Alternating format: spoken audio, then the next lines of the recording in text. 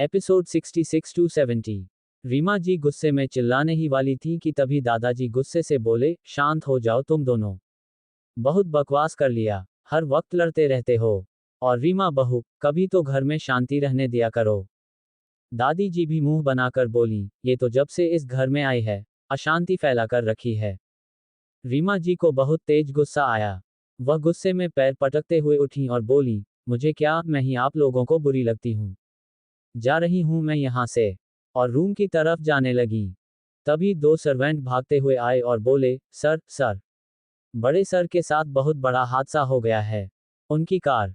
दादाजी यह सुनते ही हैरानी से बोले, क्या बोल रहे हो तुम? क्या हुआ है मेरे बेटे के साथ? और उसकी कार को क्या हुआ? सर्वेंट बोला, सर, उनकी कार में ब्लास्ट हो गया है। और वह कुछ और बोलने ही वाला था कि रुक गया। दादाजी यह सुनते ही लड़खड़ा कर सोफे पर गिर गए। उस सर्वेंट की बात सुनकर दादाजी लड़खड़ा गए थे। तभी राजेश जी उन्हें संभालते हुए बोले, पापा, खुद को संभालिए, आप क्या हुआ? आराम से। दादाजी को बिठाए और फिर सर्वेंट की तरफ देखते हुए बोले, क्या कहा तुमने अभी? क्या हुआ है भाई साहब के कार को? तुम्हारा दिमाग तो खराब नहीं हो गया? वो सर्वेंट तुरंत बोल, मैं सच कह रहा हूं, मुझे अभी फोन आया था। राजेश जी गुस्से से उस सर्वेंट की तरफ बढ़े और एक जोरदार थप्पड़ उसके गाल पर मरते हुए बोले, दोबारा अपनी यह जुबान खोली ना तो अभी के अभी तेरी इस जुबान खींच लूंगा। भाई साहब को कुछ नहीं हो सकता, मैं अभी पता करता हूं। इतना कहते हुए राजेश जी अपना फोन उठाएं और जैसे ही कॉल करने वाले थे कि तभी उनका फोन बजने लगा। उनके फोन पर कॉल आते देख सभी की नजरें उन पर चली गई। वहीं रीमा जी अपनी जगह हैरानी से खड़ी थी। उन्हें भी यकीन नहीं हो रहा था कि अभी अभी जो कुछ भी उन्होंने सुना, वह सही है या एक अफवाह है। राजेश जी ने जल्दी से कॉल किया, तो दूसरी तरफ से कुछ कहा गया, जिसे सुनकर राजेश जी के हाथों से फोन छूटकर गिर गया। उन्हें ऐसे देखकर रीमा जी उनके पास आए और बोली, क्या हुआ आपको? और क्या सुन लिया? जल्दी से नीचे से फोन उठाएं, फोन कान के पास लगाकर बोले, हेलो, कौन है? क्या कहा आपने मेरे पति से? तभी दूसरी तरफ से इंस्पेक्टर की आवाज आई, मिसेस सहगल, यहाँ पर एक ब्लास्ट हुई कार मिली है, जो कि सहगल फैमिली की ही है। हमें नहीं पता कि उसके अंदर कौन था, पर वह शख्स बुरी तरह से जल चुका है। हमें कुछ चीजें मिली है और जहां तक उन चीजों को देखने से यही लग रहा है कि वह चीजें मिस्टर विजय सहगल की है। ये सुनते ही रीमा जी भी बुरी तरह से चौंक गई। तभी राजेश जी टीवी ऑन किए, तो टीवी पर भी ब्रेकिंग न्यूज दिखा रहा था। हेलो दोस्तों, आप सब जैसा जानते हैं कि सहगल फैमिली का दुनिया में काफी नाम है। अभी अभी खबर मिली है कि सहगल फैमिली के बड़े बेटे मिस्टर विजय सहगल की कार ब्लास्ट हो गई है। अचानक से सुनसान रास्ते पर कार का ब्लास्ट होना सभी को हैरान कर गया है। एकदम से यह कार ब्लास्ट कैसे हो गई और उस कार के अंदर कौन कौन था, अभी इस बात की पूरी तरह से पुष्टि नहीं हो पा रही है। पर यह कहा जा रहा है कि उस कार में दो लाशें थीं और उन लाशों को देखकर लोगों का यही मानना है कि उनमें से एक लाश ड्राइवर की और दूसरी मिस्टर विजय सहगल की है। हमें बड़े अफसोस के साथ कहना पड़ रहा है कि मिस्टर विजय सहगल अब इस दुनिया में नहीं रहे। उनकी बहुत ही दर्दनाक मौत हो गई है। आगे क्या होगा, हम आप लोगों को जल्द ही बताते रहेंगे। ये सुनते ही सभी लोगों की आंखें हैरानी से फैल गई थी। तभी एक धड़ाम की आवाज वहां सुनाई दी। सभी सामने देखे तो माया जी लड़खड़ाकर जमीन पर गिरी हुई थी। रीमा जी जल्दी से भागकर माया जी के पास गई और उन्हें पकड़ते हुए बोली, भाभी, खुद को संभालिए आप, मुझे पता है भाई साहब की यह न्यूज़ सुनकर आप टूट गई होंगी, पर आपको खुद को संभालना होगा। आप ऐसे टूट नहीं सकती। मेरा मन कहता है कि भाई साहब को कुछ नहीं हुआ है। माया जी रीमा जी के गले लगाकर रोते हुए बोली, मैं नहीं मानती इस न्यूज़ को, ये सब झूठ है। विजय जी को कुछ नहीं हो सकता। उन्हें मैं कुछ नहीं होने दे सकती। रीमा जी माया जी को संभालते हुए बोली, भाभी, आप खुद को संभालिए। कुछ नहीं हुआ भाई साहब को। देखना, ये सब झूठी अफवाह होगी। माया जी ने अपने आंसुओं को साफ किया और रीमा जी की तरफ देखकर बोली, तुम सच कह रही हो ना? कुछ नहीं हुआ विजय जी को? सच कह रही हो ना? इन न्यूज़ वालों को कोई और मसाला नहीं मिला जो मेरे पति को मारने की न्यूज़ दिखा रहे हैं। मैं इन सब को छोड़ूंगी नहीं। वहीं तभी सामने से काव्या आई। वह अपनी मॉम को इस तरह से रोती देखकर मन में बोली, वाह मॉम, क्या एक्टिंग करते हो आप। सच में, आपको तो अवार्ड मिलना चाहिए। जिस इंसान के मरने पर इतना मातम मना रही हो, उस इंसान की मौत के कारण तो खुद आप ही हो। सब तो यही सोचेंगे कि आप सच में उनसे बहुत मोहब्बत करती हैं, पर सच्चाई क्या है, ये तो मैं जानती हूं ना। ये कहते हुए काव्या की आंखों में अजीब से भाव थे। वह अजीब नजरों से अपनी मॉम को देख रही थी। उसे न जाने क्यों आज अपनी माँ बहुत बुरी लग रही थी। चाहे भले ही काव्या माया जी की बेटी थी और उसके डैड कोई और थे, पर विजय जी ने हमेशा उसे अपनी बेटी की तरह ही प्यार दिया था। काव्या भले ही राहत और मनिका से नफरत करती थी, पर विजय जी के प्यार को पाकर वो बहुत खुश थी और वह दिल से विजय जी को अपना डैड मानती थी। इस कारण जब उसे यह बात पता चली कि उसकी मां ने विजय जी को मरवा दिया, तो वह शॉक्ड हो गई थी।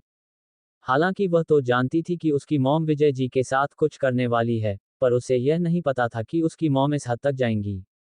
वह ये बात भी जानती थी कि उसकी मॉम को सहगल फैमिली से कोई लगाव नहीं है, पर उसे यह नहीं पता था कि उसकी मॉम के अंदर इतनी नफरत भरी हुई है कि वह किसी इंसान की जान भी ले सकती हैं। हालांकि काव्या भी राहत से इतनी नफरत करती थी कि अगर उसे मौका मिले तो वह उसे अपने रास्ते से हटा दे, पर कभी वह विजय जी के बारे में ऐसा नहीं सोच सकती थी। उसे यही लग रहा था कि उसकी मां इतने साल तक विजय जी के साथ रहने के बाद भी बिल्कुल नहीं बदली, वह अभी भी उसी तरह क्रूर और मतलबी है। काव्या अपनी जगह पर खड़ी थी कि तभी वहां पर निकिता भी आए और उसने भी यह सब सुन लिया। दोनों ही हैरान थीं। निकिता काव्या के पास आकर उसके हाथों को हल्का सा पकड़ कर दबाई, जिस पर काव्या आंखों में आंसू लिए निकिता की तरफ देखते हुए बोली, दीदी देखिए ना क्या हो गया है डैड को। उससे ये बर्दाश्त नहीं हो रहा था। इतना कहकर वह निकिता के गले लगाकर रोने लगी। भले ही माया जी के आंसू नकली थे, पर काव्या के आंखों से निकल रहे आंसू रियल थे। जिस बात की खबर सिर्फ और सिर्फ काव्या को थी। कुछ देर में वहां पर पुलिस की टीम आई और वह लोग विजय जी की डेड बॉडी को लेकर वहां आ गए थे। किसी की हिम्मत भी नहीं हो रही थी कि वह लाश के चेहरे पर ढके सफेद कपड़े को हटाकर एक नज़र देख सके। पूरी तरह से जल चुके थे और शायद इस सदमे को बर्दाश्त भी ना कर सके। माया जी गुस्से से इंस्पेक्टर की तरफ देखी, तभी रीमा जी उनके पास आई और बोली, भाभी गुस्सा मत करिए, चलिए आप इंस्पेक्टर सही कह रहे हैं। आप भाई साहब को इस तरह से नहीं देख पाएंगी। अब उन सब लोगों को क्या पता था, माया जी तो खुद ही इतनी दर्दनाक थी कि उन्हें किसी की बुरी तरह से मरने पर क्या फर्क पड़ने वाला था। वह तो उल्टा विजय जी की उस बदसूरत शक्ल को देखना चाहती थी, जिसे बिगाड़ने वाली वह खुद थी। ऐसी औरत को भला किस चीज का सदमा लगेगा, जो औरत दूसरों को ही शर्मिंदा करना जानती है। माया जी, रीमा जी की तरफ देख एक बार फिर से झूठे आंसू बहाते हुए दहाड़ मारकर रोने लगी। वह वहीं जमीन पर बैठकर अपने सर पर हाथ मारते हुए रोते हुए बोली, विजय जी मुझे छोड़कर नहीं जा सकते। कह दो ये सब झूठ है। नहीं, नहीं, ये विजय जी नहीं है। ये सब झूठ है। मेरे पति मुझे छोड़कर नहीं जा सकते। ये कहते हुए माया जी तेज तेज रो रही थीं। वहीं रीमा जी उन्हें संभाल रही थीं और समझाने की कोशिश कर रही थीं। रोते रोते ही माया जी एकदम से बेहोश हो गईं।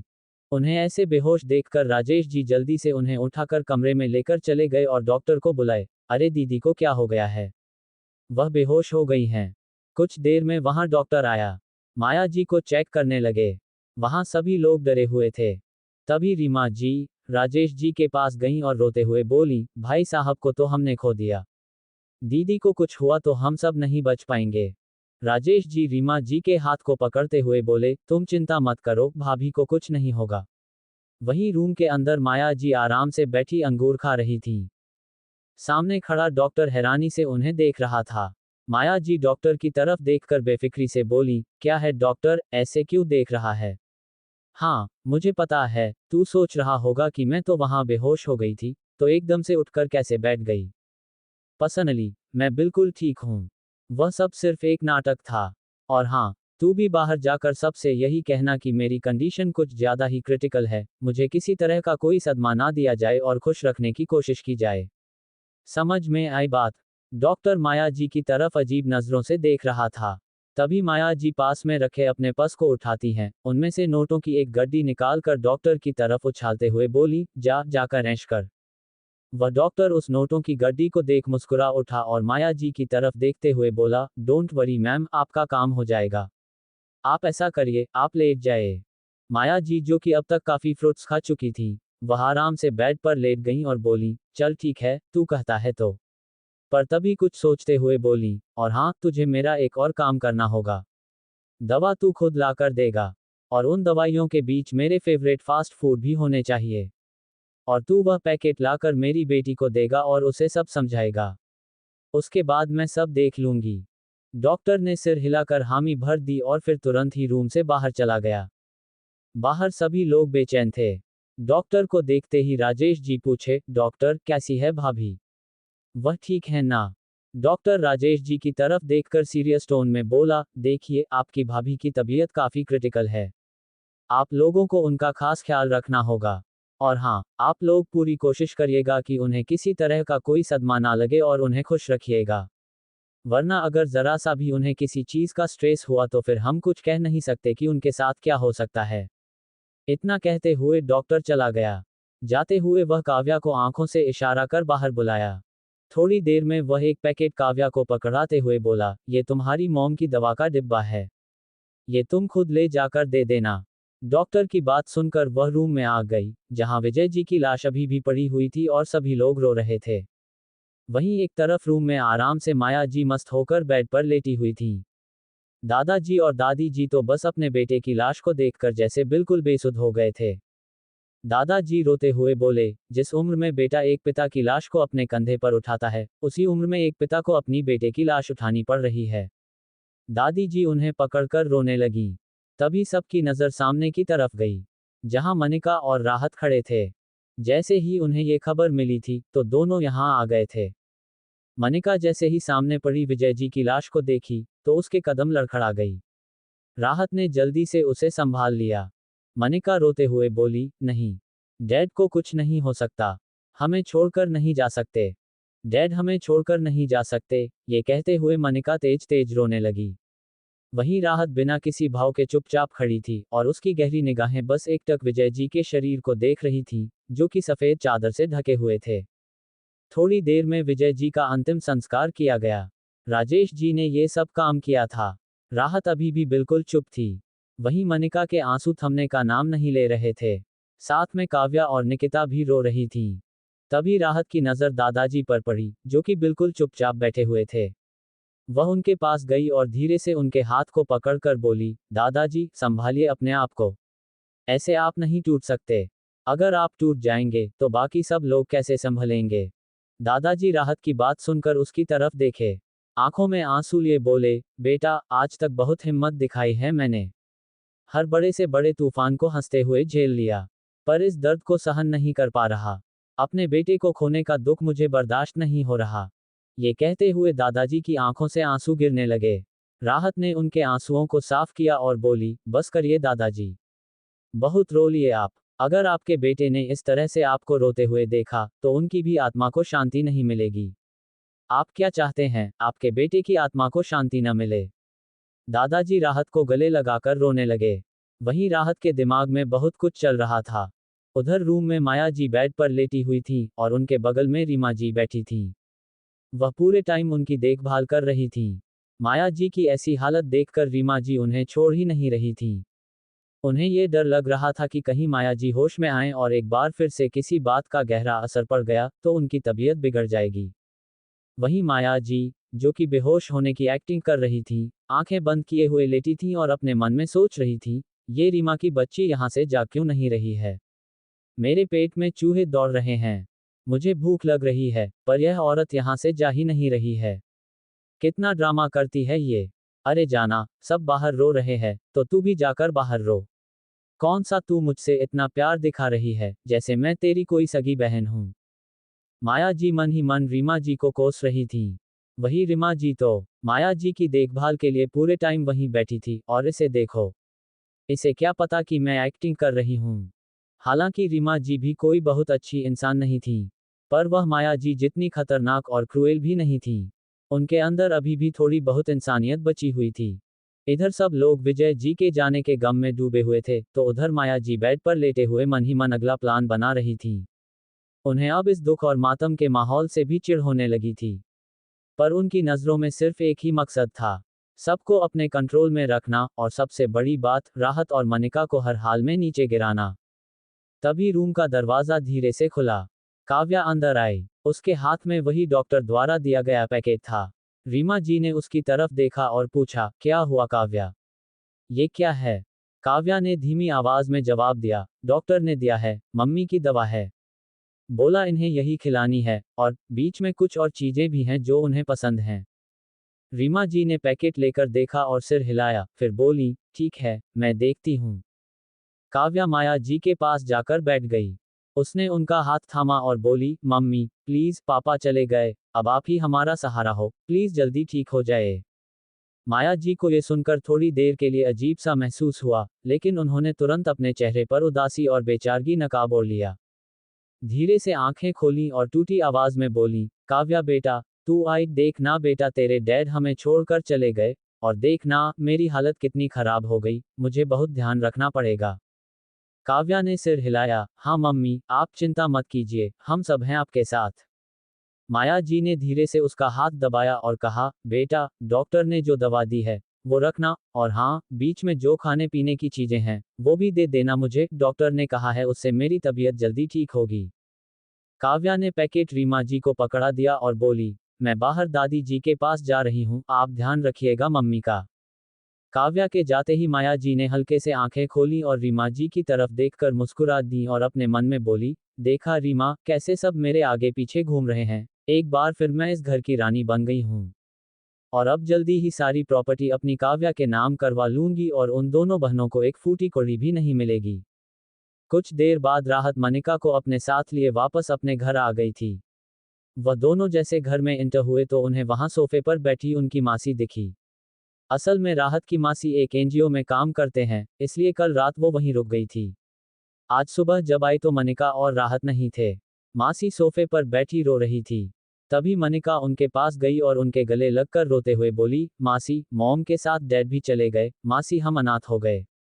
उसकी मासी उसे गले लगा लेती है और वह भी रोते हुए बोली, चुप हो जा मेरी बच्ची, चुप हो जा, खुद को संभाल। तभी वहां राहत भी गई और उनके बगल में बैठ गई। वह अभी भी बिल्कुल शांत थी पर मनिका के आंसू नहीं रुक रहे थे। चाहे कम समय के लिए सही, उसे विजय जी से प्यार तो नसीब हुआ था, पर राहत को तो ये भी याद नहीं कि उसके पापा ने कभी प्यार से उसके सर पर हाथ भी फेरा होगा या नहीं। क्योंकि उसकी बहुत ही कम उम्र में उसकी माँ उसे छोड़कर चली गई थी और उसके बाद से विजय जी ने उससे मुंह मोड़ लिया था। कुछ देर बाद मनिका बड़ी मुश्किल से शांत हुई और मासी उसे रूम में जाकर फ्रेश होने के लिए बोली। मनिका के जाते ही मासी की नज़र अपने बगल में बैठी राहत पर गई। वह उसे इतना शांत देखकर उसके हाथों को पकड़कर बोली, राहत बेटा, तुम इतनी शांत क्यों हो? जानती हूं कि तुम्हारे डैड ने तुम्हें प्यार नहीं दिया, पर चाहे कुछ भी हो, वह तुम्हारे पिता थे। राहत अभी भी चुप थी। वहीं मासी के मन में बहुत सारे ख्याल चल रहे थे। वह अपने मन में बोली, जैसा मेरी दीदी के साथ हुआ, वही ठीक उनके पति के साथ भी हो गया। यह एक कार एक्सीडेंट है या फिर प्री प्लान्ड मर्डर? कुछ समझ नहीं आ रहा। ऐसे कैसे दोनों की एक साथ एक्सीडेंट में जान जा सकती है? जहां मासी अपने ही ख्यालों में डूबी हुई थी, वहीं राहत ने मासी के मन की बात सुन ली थी और एक पल के लिए उसके चेहरे के भाव बदल गए। उसके भी मन में कई सारे सवाल चलने लगे। आखिर मासी ने ऐसा क्यों कहा? वहीं राहत अपनी मासी से कुछ पूछती कि उससे पहले उसकी मासी उठकर वहां से अपने रूम में चली गई। मासी के वहां से जाते ही राहत अपने मन में बोली, क्या सच में यह मर्डर प्लान है या फिर नॉर्मल एक्सीडेंट? मासी को कोई गलतफहमी हुई है? आखिर मासी के कहने का क्या मतलब है? क्या मेरी मॉम का भी मर्डर हुआ था? राहत काफी बेचैन हो गई थी और उसे समझ नहीं आ रहा था कि कैसे पता लगाए कि आखिर सच क्या है। अचानक ही कुछ सोचते हुए राहत उठी और तुरंत ही वहां से अपने रूम में चली गई। रूम में पहुंचते ही वह रूम का डोर लॉक की और अपने गले में पहने पेंडेंट को हल्का सा रब करने लगी। राहत के ऐसे रब करने से ही कुछ ही देर में वहां पर वह छोटा लड़का आ गया। राहत उसे देखकर तुरंत बोली, अब तुम्हें मेरी मदद करनी है। वह लड़का अजीब तरह से राहत की तरफ देखकर बोला, क्यों बुलाया है मुझे? क्या फिर से कोई ड्रामा कर रही हो? राहत तुरंत बोली, अरे नहीं, मैं कोई ड्रामा नहीं कर रही। असल में वह छोटा बच्चा इसलिए ऐसा बोल रहा था क्योंकि राहत एक बार उसे चेक करने के लिए जानबूझकर पेंडेंट को रब की थी, और जब वह छोटा बच्चा पेंडेंट के रब करने पर वहां आया, तो राहत उससे मजाक करते हुए बोली, मैं तो बस चेक कर रही थी कि क्या तुम मेरे ऐसे रब करने पर सच में आते हो या नहीं। वह लड़का घूरकर राहत की तरफ देखता है और बोला, अगर इस बार मजाक नहीं है तो फिर बताओ, क्यों बुलाया है मुझे? राहत उस लड़के की तरफ देखकर बोली, देखो, अब तुम्हें तो पता ही होगा कि मिस्टर विजय सहगल की मौत हो गई है। पर उनकी मौत एक एक्सीडेंट के कारण हुई है या फिर उनका मर्डर हुआ है, मुझे ये जानना है। वह छोटा बच्चा राहत की तरफ देखते हुए बोला, अच्छा, आपके कहने का मतलब है कि आपके डैड की मौत हो गई है। राहत ने सिर हिलाकर बोला, हाँ, मेरे सिर्फ नाम के डैड का। चलो, जल्दी से मुझे बता दो कि आखिर उनके साथ क्या हुआ। और अगर उनका मर्डर हुआ है, तो जब मेरी मॉम का एक्सीडेंट हुआ था, तो क्या उनका भी मर्डर हुआ था? वह भी कोई नॉर्मल एक्सीडेंट नहीं था, किसी की सोची समझी साजिश थी। मुझे सब कुछ जानना है, तो मुझे जल्दी से बताओ। मैं जानना चाहती हूँ कि आखिर अगर यह सब मर्डर था तो ये सब किसने किया? कौन है इन सब के पीछे? ये सब कहते हुए राहत काफी बेचैन थी, जिसे वह छोटा बच्चा साफ देख पा रहा था। वह बिना कुछ बोले चुपचाप खड़ा रहता, बस राहत को देखे जा रहा था। राहत ये देखकर थोड़ी सी चिढ़ते हुए बोली, क्या है? तुम कब से मुझे घूरे जा रहे हो? मेरे सवालों का जवाब दो। छोटा बच्चा राहत की तरफ देखकर बोला, सॉरी, पर मैं आपकी इसमें कोई मदद नहीं कर सकता। इन सवालों के जवाब आपको खुद ढूंढने होंगे। राहत ये सुनकर मुंह फुलाकर बोली, तुम क्या बकवास कर रहे हो? तुम क्यों नहीं कर सकते? तुम्हारे अंदर तो पावर्स हैं, जादू है। तुम अपनी जादू की छड़ी घुमाओ और यह सब पता लगाओ। वो छोटा बच्चा बोला, देखिए, मैं आपको कुछ शक्तियां दे सकता हूं जिससे आप अपने पास्ट को बढ़ा सकती हैं। पर हाँ, मैं आपकी इसमें कोई मदद नहीं कर सकता। हाँ, माना कि मेरे पास शक्तियां हैं, पर मेरी भी शक्तियों में कुछ बंधन हैं। मैं उन बंधनों को नहीं तोड़ सकता। अगर मैं तोड़ने की कोशिश करूंगा, तो मैं बर्बाद हो जाऊंगा। मेरी शक्तियां चली जाएंगी और शायद मेरी मौत भी हो जाए। ये सुनकर राहत मुंह बनाते हुए बोली, तो तुम कौन सा अभी जिंदा हो? वैसे भी तो तुम मर ही चुके हो, तुम आत्मा की तरह भटक रहे हो। वह छोटा बच्चा घूरते हुए बोला, बकवास बंद करो और अपना दिमाग खुद चलाओ। तुम्हें यहाँ भगवान ने दूसरा मौका दिया है ताकि तुम जो भी प्रॉब्लम्स हैं, उन्हें सॉल्व करो। अपनी शक्तियों का इस्तेमाल करो और सब कुछ पता लगाने की कोशिश करो। और हाँ, मैं इतना बता सकता हूँ कि इस दुनिया में कोई है जो इंसान होकर भी आपकी मदद कर सकता है। राहत ये सुनकर तुरंत बोली, कौन है वो? जल्दी मुझे बताओ। वह छोटा बच्चा राहत की तरफ देखकर बोला, माफ करें, मैं ये भी नहीं बता सकता कि वो कौन है। पर वह इंसान जो कोई भी है, आपके बहुत करीब का है। अब वह कौन है, यह आपको खुद पता लगाना होगा। पर हाँ, जल्द ही आप उस शख्स की दुनिया में शामिल होने वाली हैं। और उस शख्स की नज़रें हर वक्त आप पर ही रहती हैं। वह शख्स बहुत ही शक्तिशाली है, उसके साथ रहने पर आपकी शक्तियां और बढ़ेंगी। राहत ये सुनकर पैर पटकते हुए बोली, हाँ, जब सब कुछ मुझे ही करना है तो तुम यहाँ क्यों आए हो? जाओ यहाँ से, फालतू में मुंह उठाकर चला आया है मेरा दिमाग खराब करने के लिए। वह छोटा बच्चा अपनी आंखें छोटी करते हुए बोला, मैं खुद नहीं आया, आपने मुझे बुलाया। अगर मुझसे ऐसे ही लड़ना है तो मुझे मत बुलाया करिए। अब मैं जा रहा हूँ। राहत ये सुनकर बोली, हाँ तो जाओ ना। कौन तुम्हें रोक रहा है? कौन सा मैंने तुम्हें इनविटेशन दिया था? किसी काम के नहीं हो। कहने के लिए तो इतना बड़ा जादूगर बनता है, और एक छोटा सा काम नहीं कर सकता। यह मुझे शक्तियां देगा, खुद तो कुछ कर नहीं सकता, अपनी शक्तियों से। और चला मुझे पावर देने। झूठ मूठ का ड्रामा करता रहता है।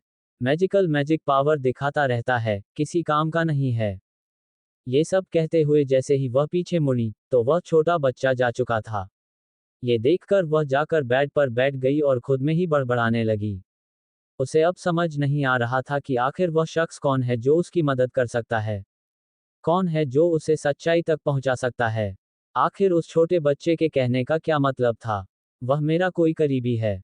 पर कौन कौन है वह मेरा करीबी जो इन सब राज से पर्दा उठा सकता है? राहत अभी अपने ही सोच में घूम थी, तभी उसका फोन बजने लगा। राहत ज्यादा ध्यान दिए बिना फोन कॉल पिक कर बोली, हाँ, कौन है? कौन है जो परेशान कर रहा है? दूसरी तरफ से एक भारी आवाज उसके कानों में गई, वही, जो हर वक्त तुम पर नजर बनाए हुए है। जाने मन। इस आवाज को सुनते ही राहत का गुस्सा बढ़ गया।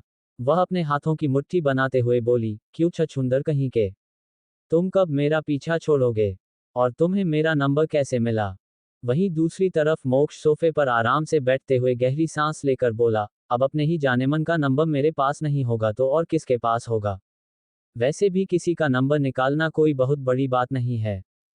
राहत गुस्से से बोली, देखो, मेरा कोई भी मूड नहीं है कि मैं तुम्हारी बकवास सुनूं, इसलिए चुपचाप से फोन रखो। अभी मेरा पहले से ही बहुत दिमाग खराब है, अगर तुमने और खराब किया ना, तो मैं सच में फोन के अंदर घुसकर तुम्हारा सर फोड़ दूंगी। इतना कहा ही था कि जैसे ही राहत कॉल कट करने लगी, तभी मोक्ष की आवाज फिर उसके कानों में गूंजी, कॉल कट मत करना जाने मन। मैं जानता हूं कि तुम बहुत दुखी हो, पर दिखाओगी नहीं कि तुम दुखी हो। तुम्हारे मन में बहुत सारे सवाल चल रहे हैं, कई सारे सवाल उठ रहे हैं, मेरी नजरें हर वक्त तुम पर है, जाने मन।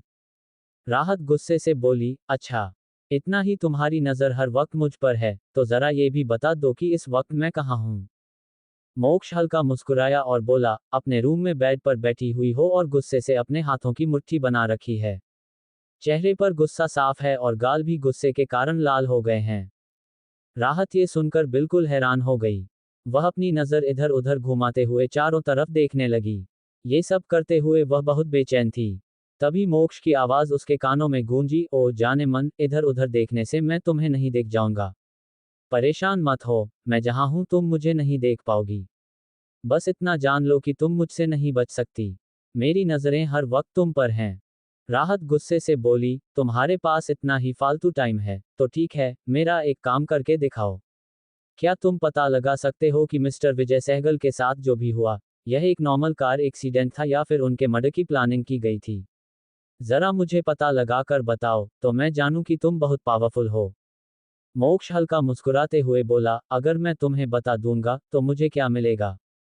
राहत गुस्से से अपने मन में बोली, अबे कुत्ता कमीना, हर वक्त हवस भरा रहता है इस इंसान के अंदर। फिर अपने गुस्से को कंट्रोल करते हुए बोली, अगर तुमने सच पता लगा लिया, तो मैं वह करूंगी जो तुम चाहते हो। मैं तुम्हारी बात मानने को तैयार हो जाऊंगी। मोक्ष मुस्कुरा कर बोला, अच्छा ऐसा है क्या? ठीक है, तो अगर तुम्हें अपने सवालों के जवाब चाहिए, तो अभी मुझसे मिलने आ जाओ। तुम्हें तुम्हारे सारे सवालों के जवाब मिल जाएंगे। मैं तुम्हें एड्रेस सेंड करता हूँ, जल्द से जल्द उस जगह पर पहुंच जाओ। कॉल कट होने के बाद राहत खड़ी हुई और तुरंत ही ड्रेस चेंज कर रेडी हो गई। वह खुद से ही बोली, मुझे जल्द से जल्द मोक्ष रावत से मिलना होगा क्योंकि अब मैं इस गुत्थी को उलझा कर नहीं, सुलझा कर आऊंगी। आखिर सच क्या है, मुझे सब कुछ जानना है। अगर मेरा शक सही निकला और यह सब कुछ एक्सीडेंट ना होकर मर्डर हुआ, तो मैं उस इंसान को छोड़ूंगी नहीं। ये सब बोलते हुए राहत की आंखों में एक अलग ही गुस्सा था। इस समय राहत के फोन पर मैसेज का नोटिफिकेशन आया। राहत ने तुरंत ही अपना फोन चेक किया तो मोक्ष का मैसेज था। वह एक लोकेशन थी। राहत तुरंत ही रूम से बाहर निकली और सीढ़ियां उतरते हुए नीचे आई। इस वक्त हॉल में कोई नहीं था। वह तुरंत ही घर से बाहर निकल गई, स्कूटी पर बैठी और मोक्ष के बताई लोकेशन की तरफ बढ़ गई। करीब 20 मिनट बाद राहत मोक्ष के बताई लोकेशन पर पहुंच गई थी। वह एक बहुत बड़ा विला था। राहत को थोड़ा अजीब लग रहा था कि यह विला किसका है, पर फिर उसने अपने सर को झटका और तुरंत ही तेज कदमों के साथ विला के अंदर गई। बाहर गार्ड खड़े थे, वह सभी राहत को देखकर अपना सर झुका लिए। राहत जल्दी से भागते हुए अंदर गई तो वहां हॉल में मोक्ष किसी राजा की तरह अपने एक पैर पर दूसरा पैर चढ़ाकर बैठा हुआ था। उसका ऑरा इतना खतरनाक था कि कोई भी उसे देखकर डर जाए। एक पल के लिए राहत भी डर के कारण अपनी जगह पर ही रुक गई। अगले ही पल मोक्ष की तेज आवाज उसके कानों में गूंजी, आओ जाने मन। राहत जैसे ही सुनी, एक पल के लिए उसे गुस्सा आया, फिर वह अपने कदम मोक्ष की तरफ बढ़ा दी और मोक्ष के सामने जाकर खड़ी हुई और थोड़े सख्त आवाज में बोली, मिस्टर रावत, मुझे यहाँ बुलाया है तो जल्दी से मेरे सवालों के जवाब दो क्योंकि मुझे जल्दी वापस जाना है। मैंने यहाँ आने के बारे में दीदी को कुछ नहीं बताया है, और अगर मैं टाइम से नहीं पहुंची तो दीदी मुझे घर में न देखकर परेशान हो जाएंगी। तो अब जल्दी से बिना टाइम वेस्ट किए तुरंत ही मेरे सवालों के जवाब दे दो, आखिर सच क्या है? ये कहते हुए राहत ने चेहरा दूसरी तरफ फेर लिया था। वह मोक्ष की तरफ देख भी नहीं रही थी। वहीं मोक्ष उसे देखकर हल्का सा मुस्कुराया और अगले ही पल राहत की कलाई पकड़कर एक झटके में अपनी तरफ खींच लिया। राहत खुद को संभाल नहीं पाए और सीधे मोक्ष की गोद में जा गिरी। वह गुस्से में खुद को मोक्ष की पकड़ से छुड़ाते हुए बोली, छोड़ो मुझे। मोक्ष ने उसकी कमर पर अपनी पकड़ मजबूत करते हुए भारी आवाज में कहा, ऐसे क्यों छटपटा रही हो, जाने मन। तुम्हें तुम्हारे सवालों के जवाब नहीं चाहिए। राहत गुस्से से बोली, तो तुम मुझे सीधे सीधे जवाब क्यों नहीं दे देते? इस तरह से क्यों पकड़ रखा है? मोक्ष उसकी बात पर हल्का मुस्कुराया और बोला, अरे, तुमने ही तो कहा था कि मैं तुम्हें जवाब दे दूं और बदले में मैं जो चाहूंगा, तुम वो करोगी। तो चुपचाप अभी यहीं बैठी रहो। राहत गुस्से से उसकी तरफ घूर रही थी, तभी मोक्ष हंसते हुए बोला, ऐसे मत देखो, जाने मन, कहीं मैं खुद पर कंट्रोल खो बैठा तो तुम्हें प्रॉब्लम होगी। राहत ने गुस्से में चेहरा दूसरी तरफ घुमा लिया और भरी हुई आवाज में बोली, बताओ क्या सच्चाई है? ये मर्डर है या एक नॉर्मल एक्सीडेंट? मोक्ष राहत की बात सुनकर थोड़ा सीरियस टोन में बोला। ये एक्सीडेंट है, राहत। राहत ये सुनकर चौंक गई और मोक्ष की तरफ देखकर बोली, क्या तुम पूरी यकीन के साथ बोल सकते हो? मोक्ष हंसते हुए बोला, हाँ, ये एक्सीडेंट है। बट वह अचानक चुप हो गया। राहत ने तुरंत कहा, बट क्या, मोक्ष? मोक्ष राहत की तरफ देखकर बोला, ये एक्सीडेंट है, लेकिन इसे पहले से प्लान किया गया था। यानी कि ये एक नॉर्मल एक्सीडेंट नहीं है। ये एक तरह से मर्डर है। राहत ये सुनकर हैरान रह गई। उसकी आंखें हैरत से बड़ी हो गईं। वह विश्वास भरी नजरों से मोक्ष की तरफ देखती हुई बोली, क्या ये सच है? यानी कि मेरी मॉम का भी मर्डर हुआ था? मोक्ष गंभीरता से उसकी तरफ देखकर बोला, ऑफ कोर्स, और हाँ, तुम्हारे डैड का भी। मोक्ष की बातें सुनते ही राहत की आंखें नम हो गईं। उसके मॉम डैड का मर्डर हुआ था, कोई एक्सीडेंट नहीं। यानी किसी ने जानबूझकर यह सब किया, पर किसने? आखिर कौन हो सकता है वो साला जिसने उससे उसके माँ बाप छीन लिए, उसे अनाथ बना दिया? वह गुस्से से मोक्ष की तरफ देखकर बोली, कौन है वो साला जिसने ये सब किया? मुझे सब सच जानना है। बताओ मुझे। मोक्ष। मोक्ष राहत की आंखों में बहता दर्द, गुस्सा और बेचैनी साफ देख पा रहा था। वह अपने चेहरे को राहत के चेहरे के बिल्कुल करीब ले गया और उसके होठों पर अपनी गर्म सांसें छोड़ते हुए बोला, ऐसे नहीं, बदले में तुम्हें मेरी बात माननी होगी। मैं जो कहूंगा, वो करना होगा, करोगी तुम? राहत शरारत से भरी निगाहों के साथ मोक्ष की तरफ देखते हुए बोली, क्या चाहते हो तुम? मोक्ष राहत के चेहरे की तरफ झुकते हुए धीरे से उसके कानों में फुसफुसाया। राहत उसकी बात सुनकर गुस्से से अपनी मुट्ठियां भींच ली, फिर एक गहरी सांस लेते हुए बोली, ठीक है, मैं रेडी हूं। आखिर मोक्ष राहत से क्या करवाने वाला है? और क्या सच में राहत मोक्ष की बातों को मान जाएगी? क्या मोक्ष राहत को सारी सच्चाई बता देगा कि उसके मॉम डैड का असली कातिल कौन है? और जब राहत को सब सच पता चलेगा तो वो क्या करेगी? क्या वो अपने दुश्मनों से बदला ले पाएगी? या फिर एक बार फिर दुश्मन उसे चकमा दे देंगे? अब आगे क्या होगा जानने के लिए सुनते रहे इस इंटरेस्टिंग कहानी को।